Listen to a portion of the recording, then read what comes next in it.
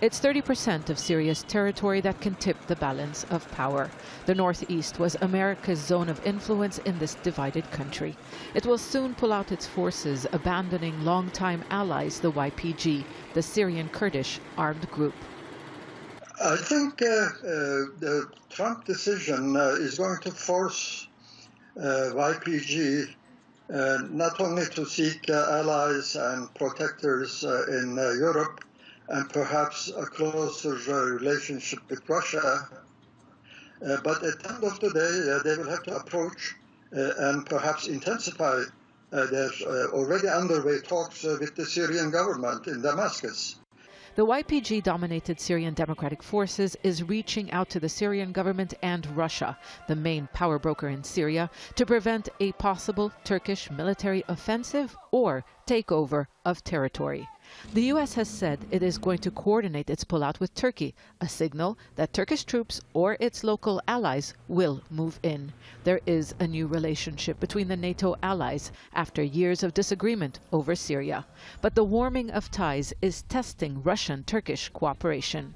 This U.S. withdrawal from Syria, and that puts at risk relations between Russia and Turkey, because if the United States and Turkey managed to reach the deal on Syrian Kurds in some way or another, that puts at risk Russia-Turkey agreements on Idlib or Russia's plans on east of Euphrates.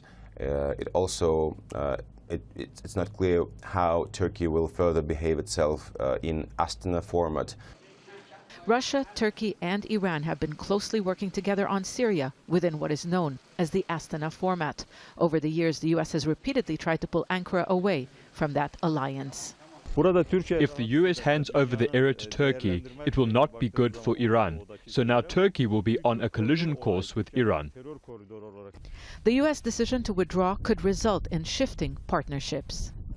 And a ceasefire deal in Syria's opposition-controlled northwestern province of Idlib could be in jeopardy. That deal was the result of Russian-Turkish cooperation despite opposition from the Syrian government. Turkey wanted to prevent military action that could destabilize its security and create a massive refugee crisis. Now, Russian diplomats tell us it will be hard to constrain Syrian President Bashar al-Assad from launching an offensive if Turkey takes territory in the northeast. The bargaining has begun. Zeina, Khodr, Al Jazeera, Gaziantep, southern Turkey.